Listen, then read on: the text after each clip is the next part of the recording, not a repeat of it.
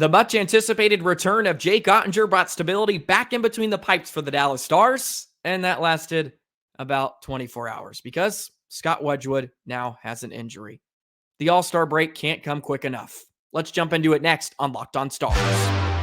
Your Locked On Stars, your daily podcast on the Dallas Stars. Part of the Locked On Podcast Network. Your team every day.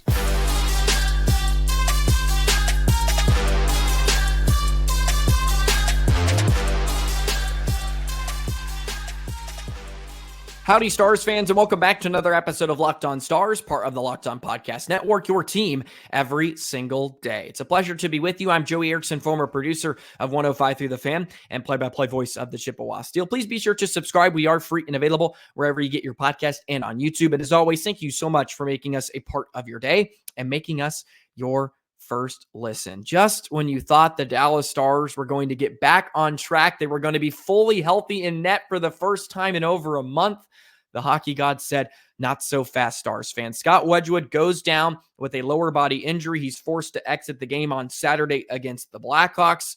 Jake Oettinger has to spring back into action for back-to-back nights. That was not the plan. How can this be happening again? Well, it's the National Hockey League, and you have to adapt and overcome. So the Stars will have to do that once again as they suffer another injury in a key position. Seems to be a reoccurring theme over the past month, and they have crucial games and crucial points up for grabs before the All-Star break. They have to keep pace in the Central Division. So much to get into on today's episode. So buckle up. I have plenty of thoughts and observations as we finally passed over the midway point in the season. The playoff push is on. Today's episode is brought to you by FanDuel. Make every moment more. Right now, new customers get $150 in bonus bets guaranteed when you place a $5 bet. Visit FanDuel.com/lockedon to get started. So we will start with the netminders. I'll begin with Scott Wedgewood. We'll get an update from Pete DeBoer later on today on the significance of the injury and the timetable for Wedgewood's return. It seems to be a similar injury that Otter suffered a month ago. So if you put two and two together, it could be about a month. It could be a little bit more. The nice thing is you do have that buffer in there with the All-Star game. Wedgewood did suffer a lower body injury last spring, and I think that lasted about a month and a half, if I recall. That could have been about 45 days or so. Can't remember the exact number, but it was a little longer than they had expected. Of course, not every injury is the same. So we'll get more clarification on it later today. But I don't think I can overstate how big of an impact the injury has on the Dallas Stars. Jake Oettinger, of course, just returned on Friday night against the Predators. I'll give my thoughts on Otter's return in just a moment. But it finally felt like, yeah, you got some stability back now in net. You have your 1-2 punch.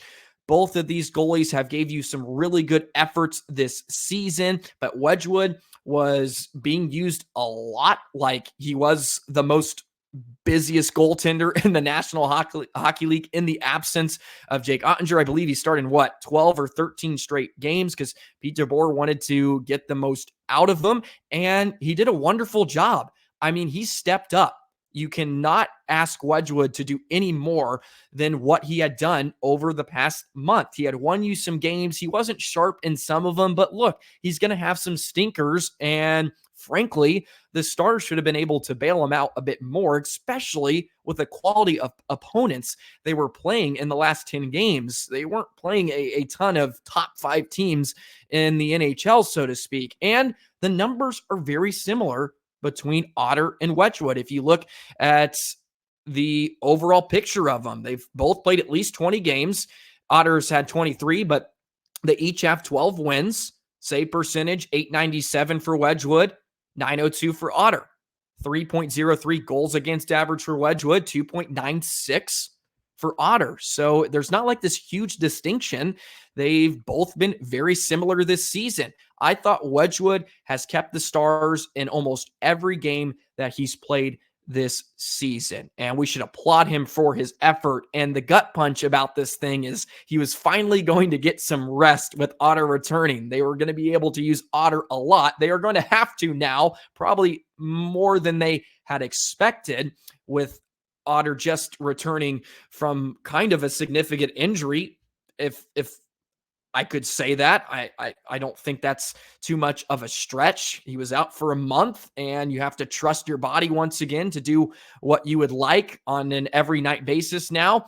And they're really going to use him here down the stretch. But the Wedgewood injury was a real gut punch. And I thought he's played really, really well. As I said, over the past month, and he's really kept the Stars in the race.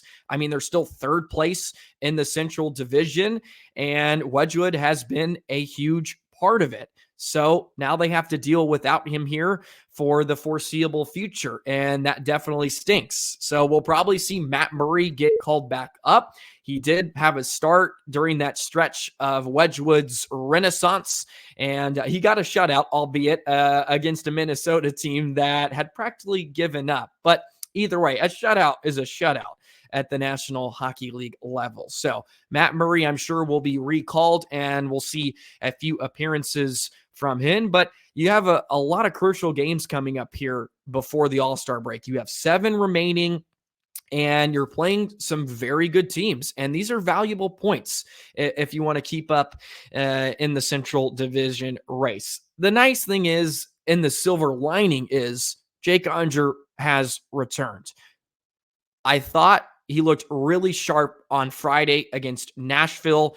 His lateral movements seem to be sharp. He seems to be trusting his injury. He spoke post-game on Bally Sports with Josh and Razor about just kind of getting over the mental aspect of it more than anything, just trusting the leg or trusting wherever the injury is to do what you need to do to compete at a high level. And he seems to have that, which is a great sign, and hopefully he can return to form, because his numbers are certainly not what we've been accustomed to seeing in years past. But he looked really sharp against Nashville. He made 32 saves. Of course, he gave up 4. There's a few in there that you would have liked him to stop, but the defense is certainly not up to the quality that we would be expecting. But you got him through a full 60-minute game, which is a great sign. Pete DeBoer also mentioned that they got him through it and everything seemed to be okay. And then you had to spring him into action on Saturday because you had no choice. And he came in and did a great job in relief, made 20 saves on 21 shots. He gave up the goal towards the end of the second period, but he gave you a very, very phenomenal effort in the third period, and you're able to get a few tallies and win that game in Chicago. And that was a big 2 points in the grand scheme of things. You cannot drop a game against the Blackhawks. I don't care who you have out, and the Stars are having these issues recently where they just kind of lollygag their way into games, and then they're down a goal, maybe down 2, which is a reoccurring theme as well. Oh my goodness, I'm tired of 2-goal deficits. But look, that's where we're at. And then they turn it on. They flip the switch. Hey, we should probably start competing and win this hockey game. And they did that against Chicago on Saturday night. So Wedgewood is out, but Otter is back, and it's nice to have a solid presence back in between the pipes. But look, I don't think I can overstate once again how big Wedgewood's injury could have an impact on the team.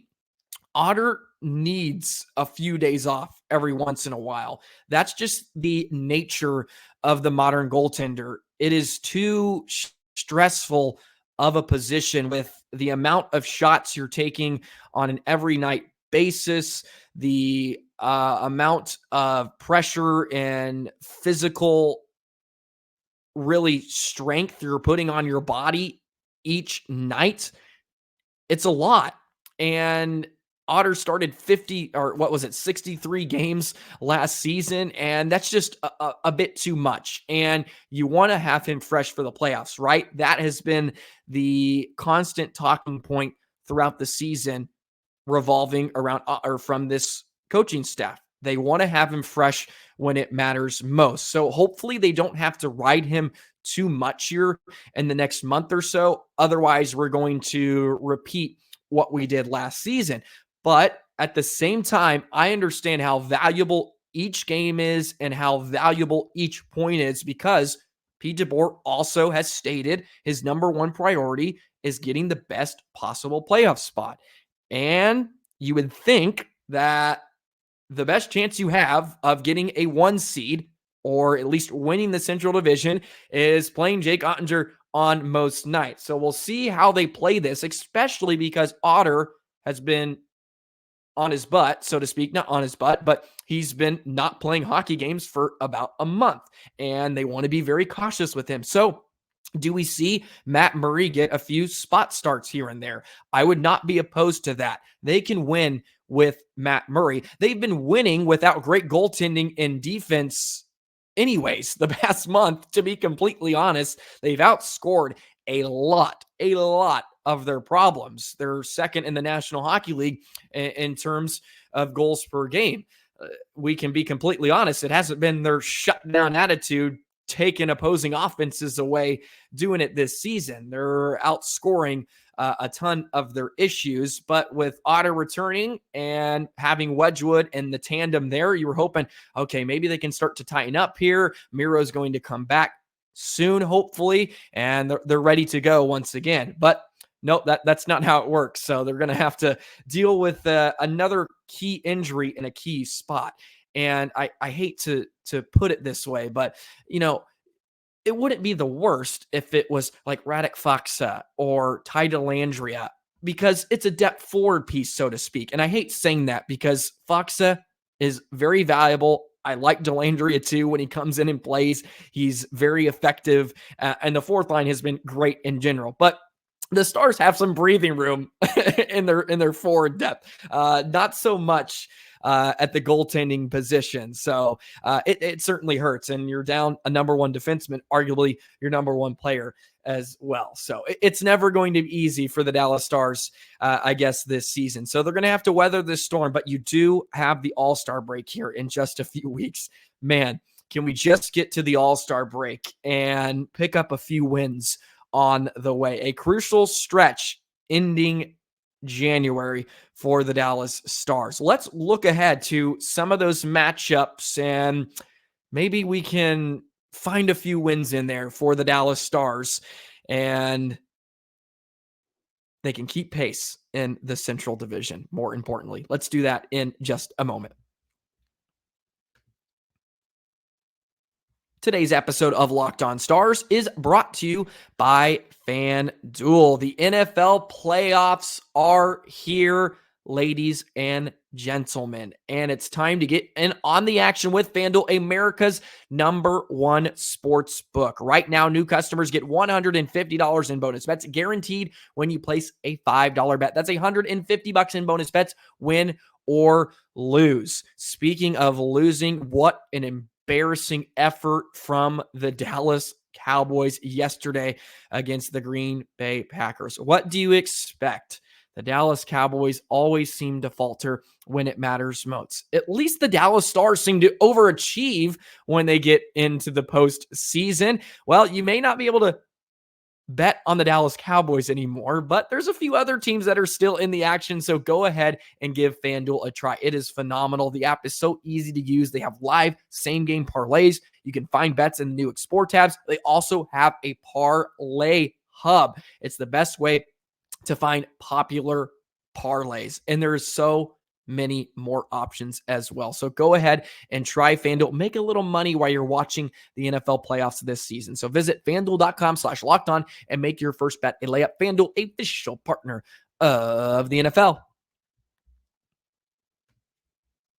Be sure to check on Locked On. Be sure to check on Locked On Sports today. It is on YouTube, the first ever national sports 24/7 streaming channel. Go ahead, go over there. They have 24/7 coverage of the top sports stories of the day with local experts of Locked On, plus national shows covering every league. So go ahead on YouTube to Locked On Sports today and subscribe to the first ever national sports 24/7 streaming channel. So the All-Star break is at the end of the month, or I should say the first week in February. Jake Oettinger, the lone All-Star representative for the Dallas Stars. How about that fan voting BS that they do every year that we all know is just a complete scam? And I don't think they ever actually tally the votes or whatever system they're using, the retweets on Twitter. Big shout out to the Dallas Stars social media peoples. I thought they did a great job promoting it and doing their best to get Otter, a teammate, to go with him to Toronto. But look, we all knew that wasn't going to happen, unfortunately. Anyways, the All-Star game has certainly lost some luster in recent years. Of course, I hope it's a good time in Toronto. Who doesn't want to go to Toronto in January? Anyways, enough about the All-Star game. We're not here to talk about that. We're here to talk about the next 7 games. 3 games at home, 4 games on the road. It begins tomorrow against the LA Kings. They got some good opponents on the docket here in the next few weeks. So your next 7, I'll just go in order for everybody. You got LA, you got the Flyers, who are having a phenomenal season, by the way, if you're not keeping track on Philadelphia. I did slight them not too long ago, and hey, they've kept it up so far. So good job for the Flyers. Torts has got those guys in shape.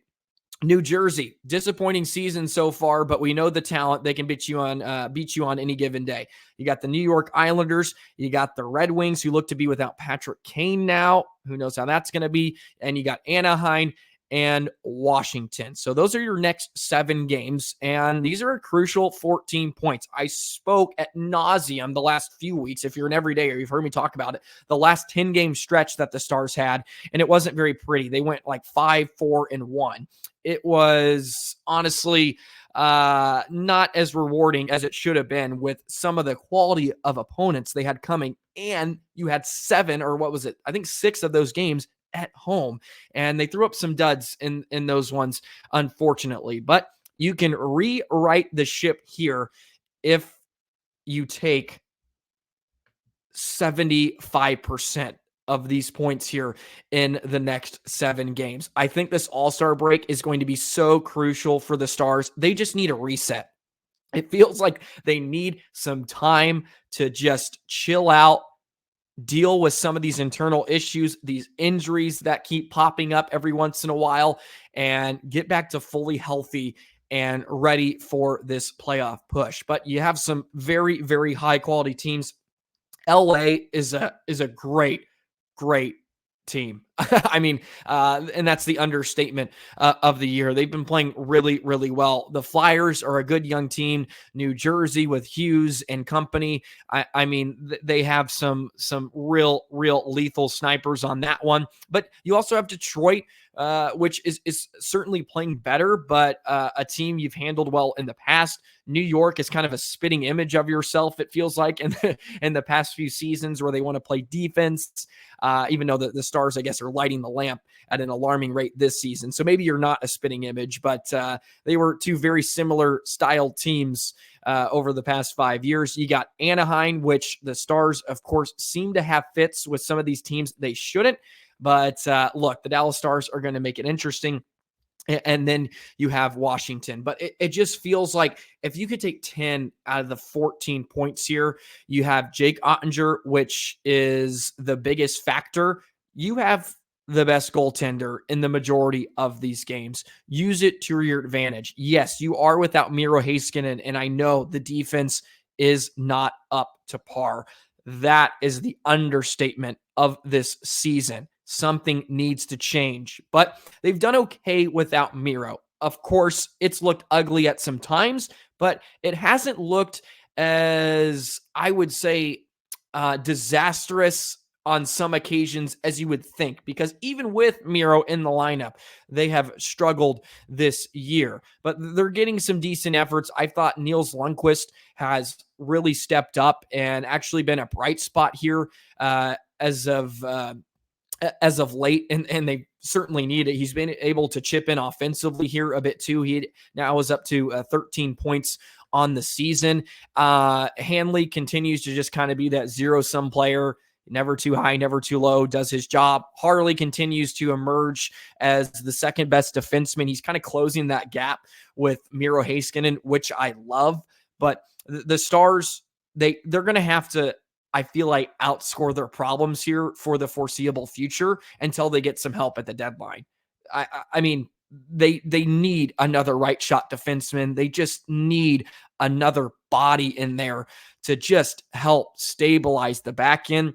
And frankly, they need another body now to stabilize in net. But Jake Oettinger is ready to go. The nice thing is that we know he can handle the load. Yes, it probably has some long-term effects later on in the season, but he'll be able to handle this load of playing every night. We've seen it before already. He played 63 games last season, had a ton of action. He was amongst the league leaders in that category. So you're not totally panicking about the situation.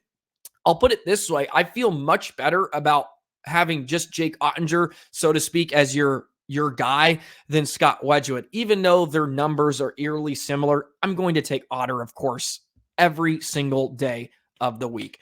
Jake Oettinger can steal games for you, and hopefully he's back to fully 150,000% healthy, and he's ready to rock because the Stars are going to need him here. We need some Jake Oettinger from the first few weeks of the season, not leading up to that injury, because if you get that on most nights, the Stars are going to be completely fine, even with a leaky defense. But they're taking on some very, very quality opponents here in the next 2 weeks. And these are big games before the All-Star break. See if you can close that gap with Colorado and Winnipeg. And all things considered, with how bad of a stretch I could say, and that's overselling it and being a bit hyperbolic on the situation. They're still only 4 points behind Colorado. They're 5 points behind Winnipeg. So they're still right in the mix. They're playing good hockey. I think they've been more consistent, which is a good sign. I didn't love their games this past weekend. The game against Nashville is just a textbook case where you get playing from behind and you just don't have enough firepower to catch up, because they kind of walk and feel their way into games instead of applying pressure and forcing the issue. And then they get down a goal, then it becomes 2. And now you have this huge mountain to climb. And yes, they gave a wonderful effort. Also, I think Nashville is a really good team, and maybe they're just going to be the Stars' bugaboo team. You had to have a miracle in the first game of the season series to beat them with 2 goals in the final 15 seconds a regulation. But also, I just think Nashville has a really good line that completely dominated the Stars, and they have. And you got to face them one more time before the end of the season. But Forsberg, O'Reilly, and Nyquist are just having a field day with the Stars this season. They may just be their bugaboo team. Unfortunately, you're not able to get a few points out of that, out of those few games against the Predators. Thank the Lord you got a full 2 against Chicago, because that was in doubt after 40 minutes of play, where they did not play very well. I mean, they were getting dominated by the Blackhawks in the second period, like completely lost, and probably could have ended up without getting a point in that game. But you're able to buckle down and get a full 2 points. I love DeBoer switching up the lines. Who cares at this point?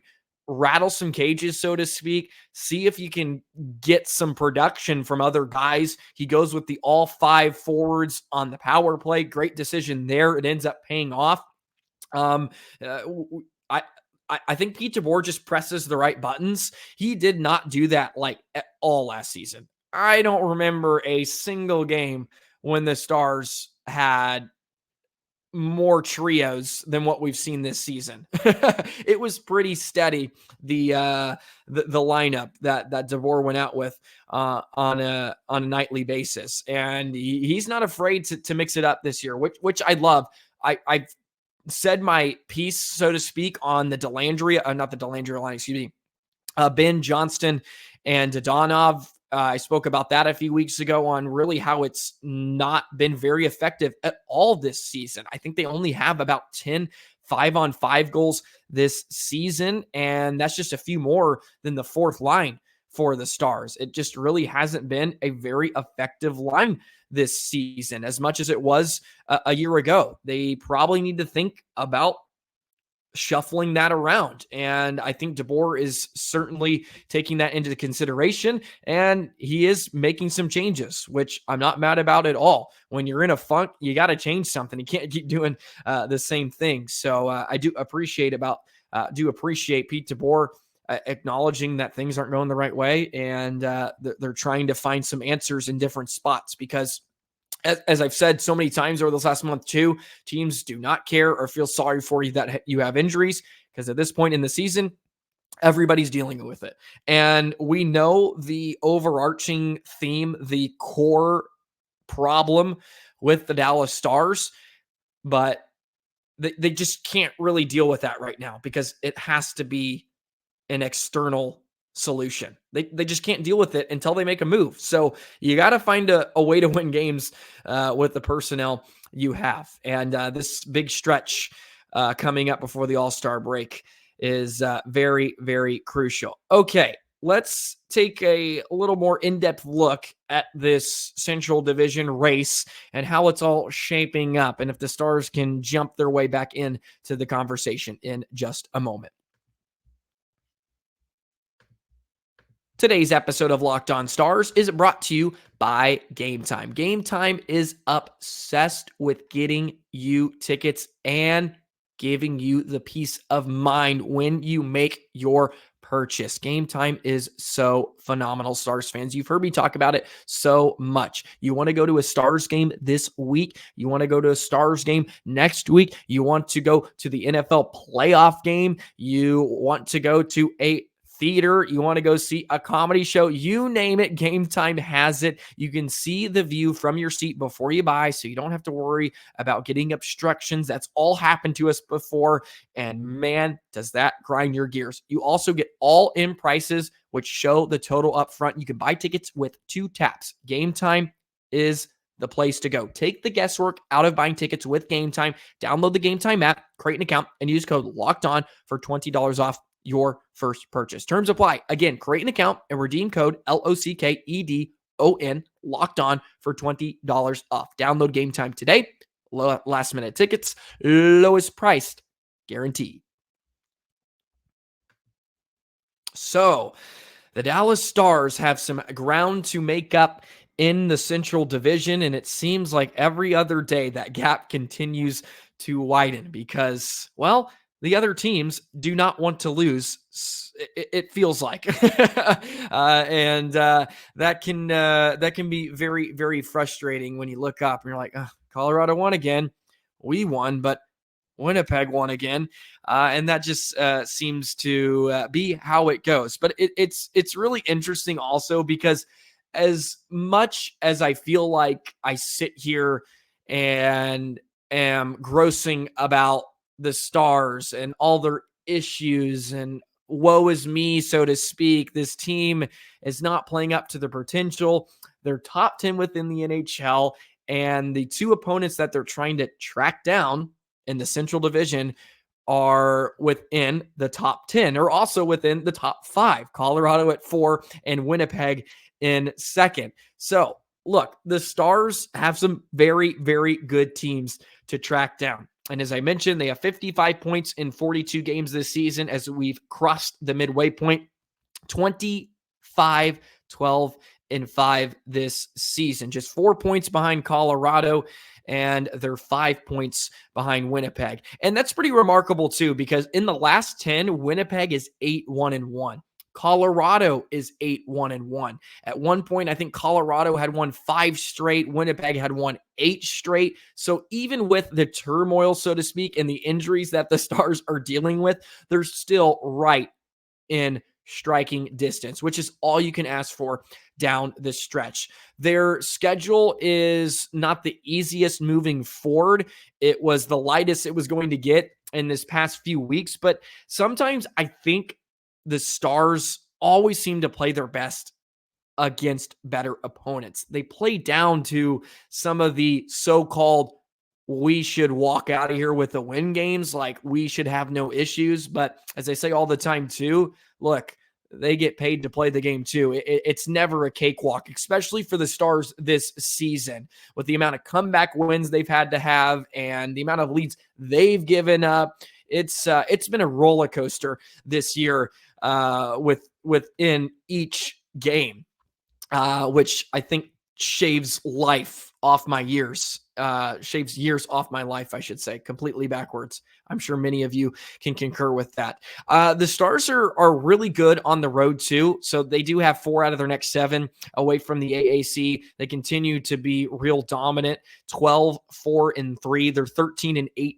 13-8-2 at home. So they're very similar in terms of their home and away records, which is good. They got to be able to win on the road, but they're 5-4-1 in their last 10. It wasn't the most glorious 10-game stretch, but look, they're only 6 points away from being the best team in the National Hockey League. And I would take that, considering that, look, the Stars are without Miro. They were without Otter for a month.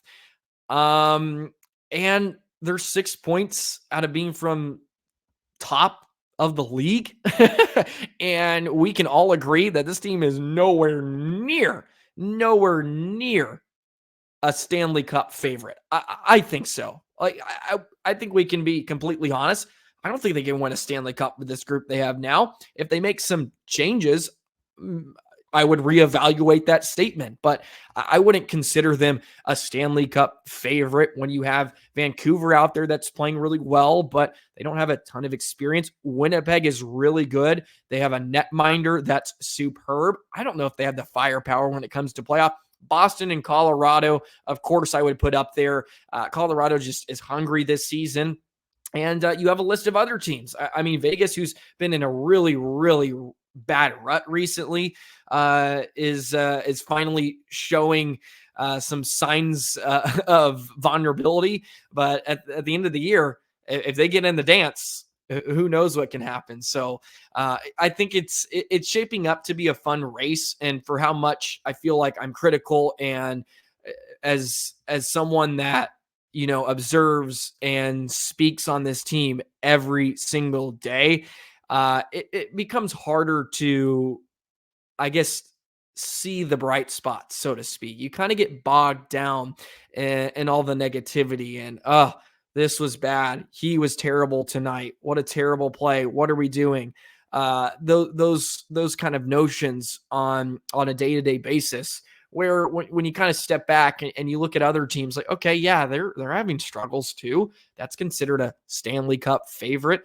They're not the best. They've had some issues in some stretches. Who knows how long that's going to last? And I think every team is just going through the same problems on a daily basis. Some are different than others, but everybody's trying to find their consistency. And the Stars have been, I think, better in their consistency over the past month or so. It's been hit or miss, but it certainly had been better since the beginning of the season. And they're 7th in the NHL with 55 points. And they're just 5 points out of first place in the Central Division. And that's with the Winnipeg Jets going on like a 12-game point streak or something. I mean, they can't lose. So good things. Good things are on the horizon. Jake Oettinger is back. Wedgewood going down is a huge blow. I'll have to admit, it is a gut punch, but they're right in the mix. And sometimes that's all you can ask for.